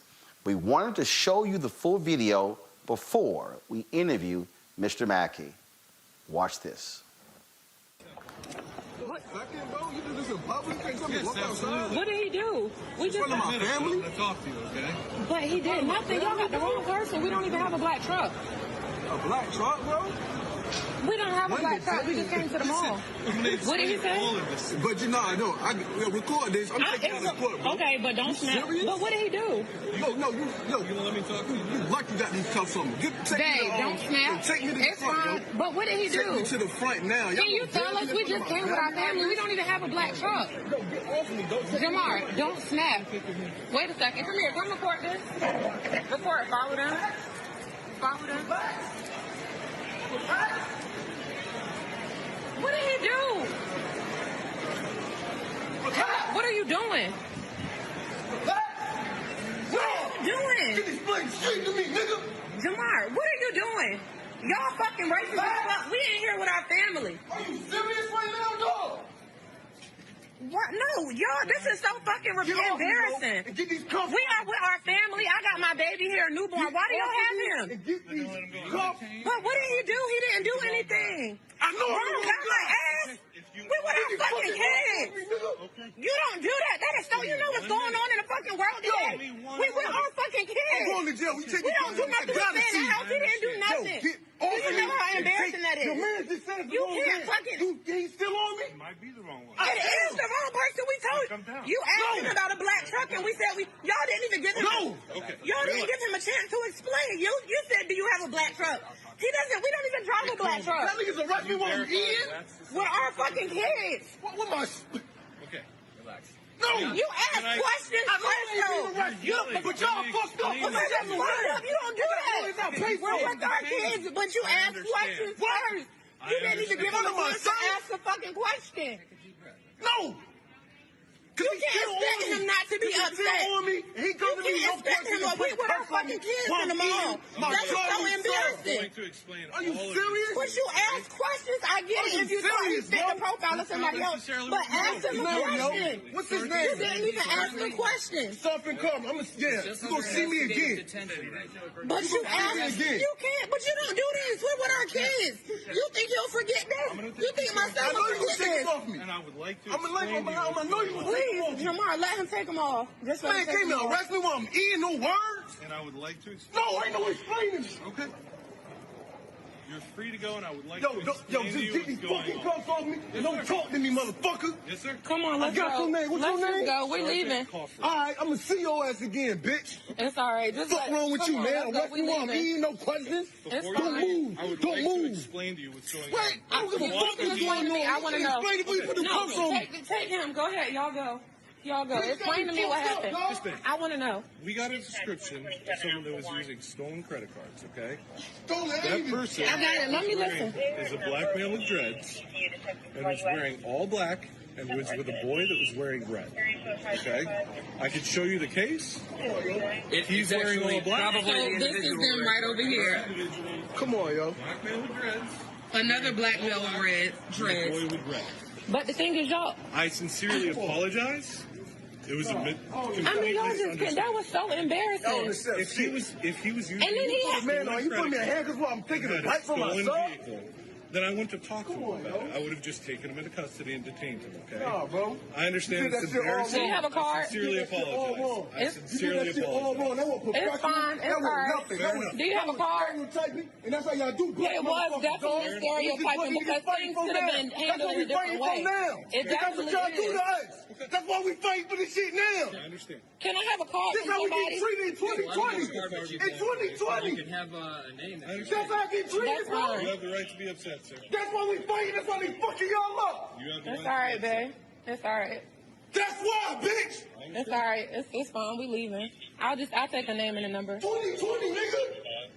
That's crazy. Somebody I can contact outside of this environment right now. So she can have my name, Sergeant. Okay. KG. What we march for?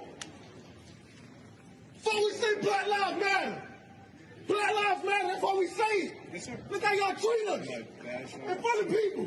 Like I'm the wrong motherfucker. It's fine, baby. Y'all own businesses. It's all right. Black Lives Matter, y'all see why we fight. Fuck, niggas. Come on, man. Thank you. That's how they do in fucking 2020. We're joined by Jamar Mackey and his fiancee, Chantel Koval, who filmed the ordeal. First of all, glad to have both of you on Roland Martin Unfiltered. Jamar, I got to start with you. You hear the officers. We understand. Let me explain. And which is a lot different reaction we've seen from other white police officers. But the reality is this. You were there eating. And what folks don't get, it is traumatic, it is embarrassing, it's degrading to have handcuffs slapped on you and no point did they even talk with you before doing. Walk us through what happened when they walked up. Did they just simply walk up, see you, and say, we're cuffing you? You could say that. What basically happened, you know, I was sitting down eating lunch with my family. We just sat down. And, you know, first it was I don't know if he was a mall cop or what, undercover, but the guy in the gray, you see him in the video, he comes to me and he's just asking like, is that your black truck outside? I said, no, it's not my black truck. You got the wrong guy, man. I don't drive in a black truck. So he stays there. I swear, I seen you driving that black truck, man. You sure you know about that black truck? No, I don't drive a black truck, sir. So as he's still standing there, I see the police coming through the door. So he's walked through the door. We make eye contact. The guy asks again, that's one you I seen driving that black truck? As soon as he said that again, I couldn't even answer him. The cop, he walks past him, and, you know, he looks at me and just grabs my arm and kneels down, grabs my arm, kneels down and says, don't move. You're under arrest. Do not resist. It didn't explain nothing to me. Only thing, this guy, undercover guy who wasn't even in uniform or nothing, he just asked me if I drove a black truck. So it's like, why are you arresting me? What's going on? What's up with the black truck? Do I need to answer some questions for you? But why are you arresting me? He's still telling me, stop talking, don't move, don't resist. We'll talk when we get to the car. So that's what I'm telling him. Okay, well, take me to the front and please explain something to me, because he did it in the whole food court with a whole, you know, it's holiday season. So the whole mall is looking. It's a big crowd. The whole mall is looking. It's so embarrassing. Like, everybody's looking at me and my family. So that's when we walk outside and, you know, that's when the cops are basically say, it's the wrong guy. As soon as I get outside and I look to the right and they have the suspect, I guess who did it, they have him to the right, like on the side of the building, and they're just questioning him with pen and pad. He's not in handcuffs, but come to find out he's the guy who did it. But I walk outside in handcuffs from a lieutenant with stripes on his uniform and everything. But he put me in handcuffs with no questions, you know, he just put me in handcuffs. So yeah, it was really embarrassing. It's like just watching that video, it just brings it back, makes me feel like I'm right back at it, man. Me and my fiance, my son, like it was just a bad experience, man, like terrible. Chantal, I want to go to you because we hear you on the video. Babe, keep it easy. What is going through your mind? Are you thinking about other videos, how this thing escalates, and knee in the back, taser, guns pulled out, being shot? Yes, that's exactly what I thought about first. It's almost like we get trained and, you know, it's almost like I felt like I learned what to do in a situation from watching all these terrible experiences with people losing their lives and, you know, being wrongfully handled by the police. So as soon as, I know this is my fiance. We live together. We have 2 kids together. I know everything about him. So I knew it was nothing else besides the mall that he had done, you know, that would have caused for his arrest. So instantly I'm like, okay, this is wrong, but let me, I want you to be calm, because any movement, any wrong movement, you give them the slightest bit of, resistance or, anything that you give them, I know where this can head, So immediately I'm just like, don't snap, I wanted him to stay calm. I had we had a newborn and our oldest son with us, and I'm just like, this is not happening, this is not about to end bad if I have anything to do with it. So, it was very emotional for me. But I just felt like I had to be the strong person in this, because he had no choice but to act the way he did, and to react the way he did. So, I just wanted to try and be that calm for him, even though, I wasn't as calm as I could have been, that was what I was just trying to do. Just keep him calm so things wouldn't escalate. Jamar, we hear you. I mean, we hear and see your anger, and as somebody who has never experienced that, as somebody who has been pulled over by cops, luckily nothing has happened. I think what I felt, the anger also was, they did this in front of your children. Now, your kids, they now have a visual image, even though it was wrong, of cops slapping the handcuffs on you. That is something no father wants their children to have to witness, especially not in this age. Yesterday, we had Ben Crump on, who said since the murder of George Floyd, 95 black people have been killed by cops, and that's since May. Wow. Wow. Wow.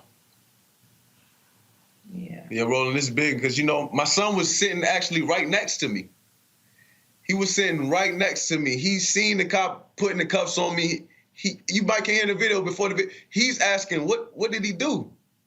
What did my dad do? Yeah, that's all he kept saying is, what did he do? That's all he kept saying. What did my dad do? Why are you arresting my dad in front of me? Like, what did he do? So of course it's traumatized. Like, it was traumatizing. Like, he's going to always remember that. Then he's going to always remember that. So yeah, it's tough, man. That it happened in front of my kids. That it happened in front of a place of business that I promoted my business at. I gave my business cards to, and that a place that my son, we drop him off at that mall with his friends, and they go to Dave and Buster's in the mall. They go to Dave and Buster's, walk the mall. It's a place that he's really goes to. We're right around the corner from the mall. So and all this happens at a place where we go almost every week. We at least every other week. So it's like, it's embarrassing for him, and it's traumatizing for him also. Yeah, that's definitely our main concern. What kind of Chantel, go ahead. Oh no, I was just saying that's our biggest focus, with all of this was, our son. We have a small baby, but our 13-year-old son, because he's going to high school, and like Jamar was saying, that's literally something the kids in our area do. They want to get dropped off at the mall, we give them money, they go shop, and they go play games at Dave & Buster's. But now it's just like, he's traumatized from the event, and it's just like, we don't want to go back. We passed by the day. We're just like, hey, we didn't finish Christmas shopping. And we look at the mall because it's on our way to our office. And we were just like, I don't even feel like I'll ever want to go into that mall or any other mall again. And it's unfortunate because we're like 5 minutes away from the mall. It's just crazy. Like, just watching the video before we came on live with you, I just felt real emotional already again, because we just keep having to relive this moment. Of course, it is viral and, it's around the internet. But, as we sit and have to watch through the entire video, I mean, I get the same exact feelings all over again. And, I just wonder about the longevity, the long-term effects on my son, so we just want to make sure he's okay. This was a statement released by Virginia Beach Police Chief Paul Newdigate. I just want to get y'all reaction to it. This is what was released on December 19th. A Virginia Beach police officer was investigating a reported offense at a local shopping mall. He approached, subsequently handcuffed, and escorted an individual who matched the description of the reported suspect out of the mall before releasing him a short time later. A video recording of the interaction has been shared on social media, and the VPPD has initiated a review of the incident to determine the propriety of the response in this manner. Quote, certainly anyone would be upset about being detained for something they didn't do, said Chief Newdigate. While the video shows the officer stayed calm and respectful throughout the brief encounter, we must ensure the situation merits the response. We are gathering all the facts to evaluate the incident so we can address the concerns people have raised. Jamar? I mean, honestly, I don't accept it until I see changes done, you know, and yeah, of course he say that officer was calm, but when he walked up on me and yanks my arm behind the chair, tell me don't move, don't resist, that's not calm to me. That's not how you handle business. That's not how you do as a police officer. I mean, it's not like they suspected a murderer. They suspected a credit card theft. And you come behind me and just grab my arm. So it's like, yeah, you say that, of course you gotta, but I don't accept until I see change and until I see justice. Because I'm born and raised in Virginia Beach. This doesn't just happen to me. It happens to everybody. I've been so much support. Thank you everybody for the support, but it's just so much support because it happens to a lot of black males out here with dreads. Black men, period. Black men, period. You said in the video, Jamar, y'all are going to hear from me again. Have you and Chantel, have y'all hired an attorney? Are y'all looking at legal options when it comes to what happened to you? We're definitely looking, you know, into our legal options. There's a lot of questions that we have, a lot of questions. And as of now, no one has reached out to us. I mean, he made a statement, you know, which to me, I believe the statement was only made, you know, because he had to make a statement at this point because there are so many questions. So, you know, I don't believe hold on. So real quick here, enough. Chantel, you're saying that you and Jamar have not heard from the police chief. This was a statement that he released, but y'all have not heard personally from anyone with the police department, or have you heard from anybody with the Virginia Beach City Council, the mayor, anyone? We did have one person that, you know, reached out to us, you know, to make sure that our family was good, Aaron Rouse. So he did check up on us to make sure, you know, that things were, you know, good. So we definitely appreciated him. But that's about it. As far as the chief of police and the city of Virginia Beach, we haven't heard from them. No one reached out, but it can't be too hard to find my number if, you know, you guys found it, you know, like everybody else found it, but they haven't reached out. But I guess they expect me to look at their apology that they did live and just expect that's reaching out. They didn't reach out, they didn't call, they didn't leave a voicemail. They haven't reached out to my fiance. So it's like, when do you want us to really take y'all serious? So it's honestly, they haven't reached out at all. Candace, I'll couple my panelists here, Candace and Rena. Candace first, do you have a question for Jamar and or Chantel? Well, less of a question and more of a statement in that I see a number of things going on here in terms of, you know, infliction of emotional distress, having your civil rights violated, and then you were detained improperly. So there's a lot that you can go forth with, I think, and have an amazing case, as you should, because part of the trauma when someone says to you, hey, just keep your cool, we're going to arrest you, that's often just a preface to many people being killed. So their trauma starts right away, and then it spreads in the family, not just for this generation, for generations to come. So I see a lot of force in the case that you have ahead of you. Thank you. Yes. Rena Shaw.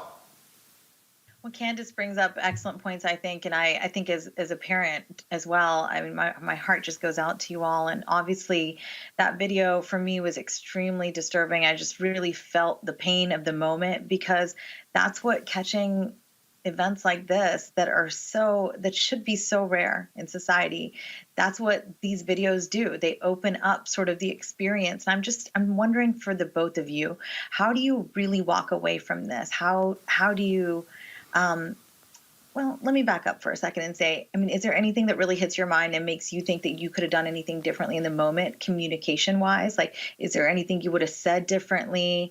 How would you act in the future if this kind of thing, gosh, were to sadly happen again? Because I've had a tense moment, and it was nowhere near this with law enforcement. And it sort of changed in my mind the gears of sort of what could I have said differently, and then what will I say next time? And I'm just sort of wondering if you guys have anything on that. As far as that question, you know, when someone just walks up to you and throw handcuffs on you, it's hard to pick your reaction.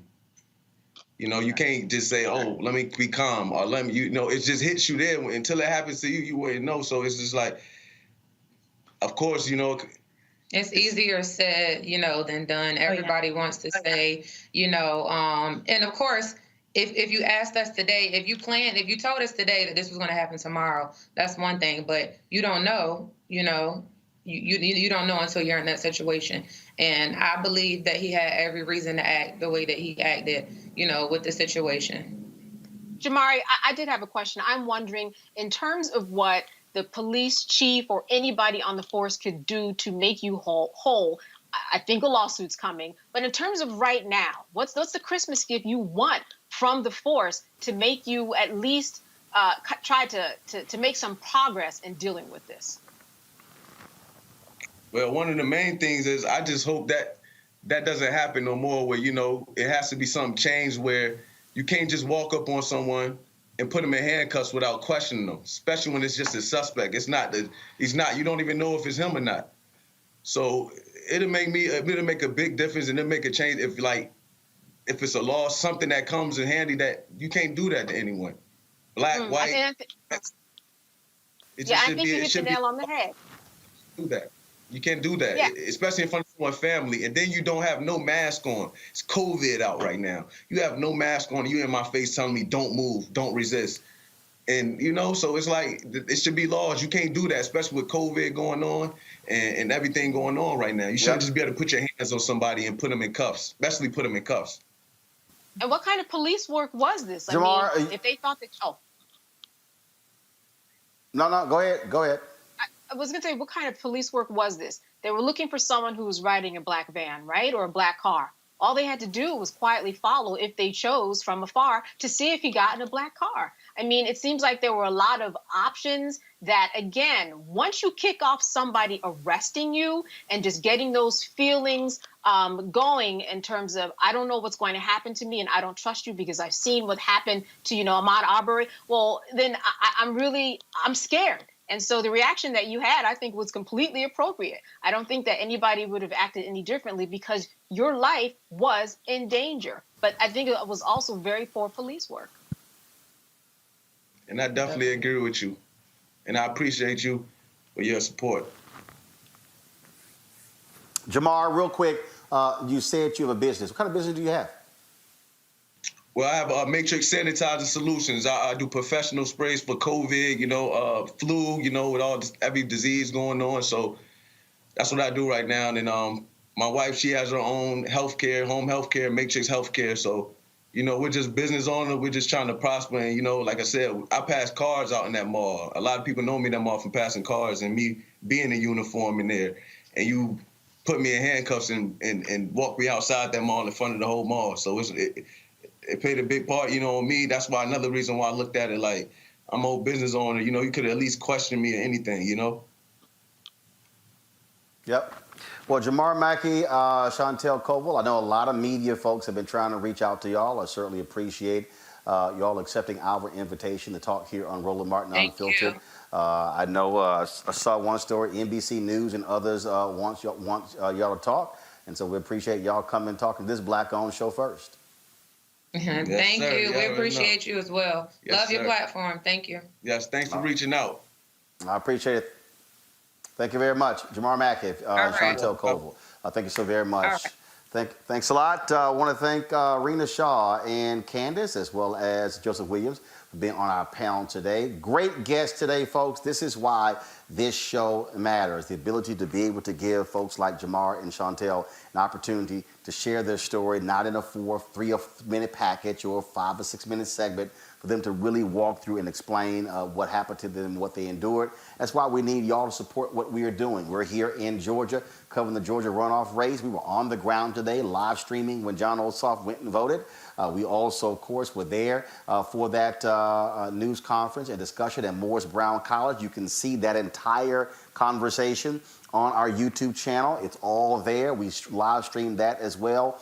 Folks, we are about being an independent media company speaking to our issues, our concerns. When you look at today's show, Congressman Bobby Scott breaking down the $1 billion in that COVID relief bill that will forgive loans to HBCUs, talking about, of course, Pell Grants going to those who are incarcerated. Steve Perry, Margaret Fortune, talking about the education pick. Cliff Albright, talking about the work they're doing in Brunswick, Georgia, battling folks who want to steal our right to vote. Listen to African Americans, Eric Wesson and Sheila Brooks, talk about the Kansas City Star apologizing for their coverage of African Americans over the last decades. This is why this show matters. And so please join our Bring the Funk fan club. You can donate right there on YouTube or Facebook. You can, of course, also go to Cash App, $RM Unfiltered, PayPal.me/R Martin Unfiltered, Venmo.com is RM Unfiltered, Zelle is Roland at RolandSMartin.com. You can also send a money order to New Vision Media. That's NU Vision Media Inc., 1625 K Street Northwest, Suite 400, Washington, D.C., 2006. Folks, don't forget, we want you to subscribe to our YouTube channel. Click subscription as well as turn on your notifications on YouTube and Facebook so you are notified. If those of you who are watching on Periscope, Twitter's going to be shutting Periscope down in March. We want y'all to stop watching us on Periscope. We're going to keep streaming there until March. We want y'all to go over to our YouTube channel to watch this show every single day. So appreciate all of you for being here. It's so much other news we had to cover. Real quick, go to my iPad here. This just in, the Columbus mayor announced that they have put on duty an officer who was involved in the fatal shooting of an African American. That news just coming down, and the officer's body, as you see in the headline, the officer's body cameras not turned on until after the shooting. We'll have more of those details on that tomorrow on Roland Martin Unfiltered. I'll see you guys tomorrow. Take care.